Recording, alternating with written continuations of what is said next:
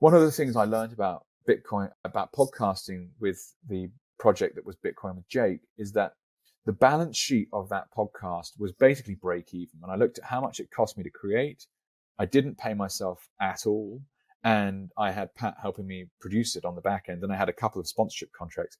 It basically, it just about washed its face. And that was a year's worth of podcasting.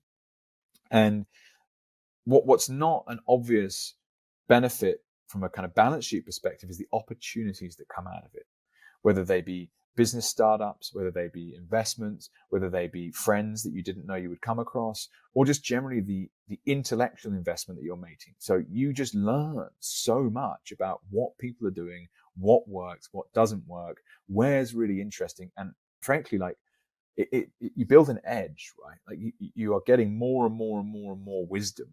And for that, that's priceless, right? And that's why I always recommend to people, start podcasting, start today.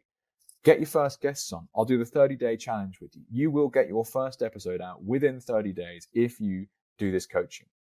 And people want to. They're keen, which is great. So specific opportunities. So Satlantis, shout out to Alex Fetsky and what they're doing. I'm about to make my first early stage equity investment in over 5 years. The business is a fascinating kind of Noster Bitcoin AI play. And it's the first thing I've come across that I'm like, that's a really, really interesting business. And as a person that's studied investing for many years now, like what was it actually like in the 90s investing in internet companies? It's the stuff of legend in many ways. Or equally some of the more kind of famous content players that you might come across, like a Gary Vee or something, they put money into Twitter at the very start. Like what is the equivalent of Twitter today? Well, in my opinion, Satlantis is something like that. Now, obviously, it's not the same business because it's going to build out on different technology rails, and we're 20 years down the line, right? But the point is, like, this has that flavor. That's worth a bet. What's the downside? All your money's gone. What's the upside? Well, holy shit, this could be Instagram combined with Google Maps, combined with TripAdvisor. That's something very, very exciting. Shout out to Costa, who's building Minotaur trading systems. I have yet to action this. Check out one of my previous episodes from a week or so ago, where I talked about the opportunity of taking leverage on your Bitcoin with some kind of self or non-custodial leverage player like a Debify or a Firefish, and then taking that stablecoin and trading it using the Minotaur trading bot. Now, because of creating this podcast, I'm always looking for opportunities out of it. Do I definitely want to sell adverts? I have some sponsor contracts, the kind of traditional media play, maybe.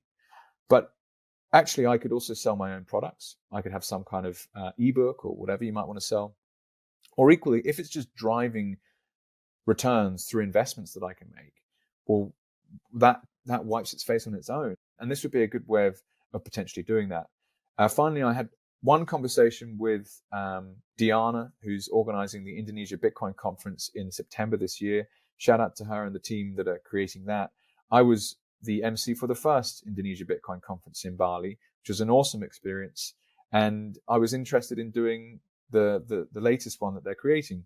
Now, the truth is, it didn't align in terms of where I'm actually going to be in the world, and I can't do it. But it's a good opportunity that came out of this podcasting process that is continuing to evolve. So in my opinion, I wouldn't be MC of events like that had I not run a podcast.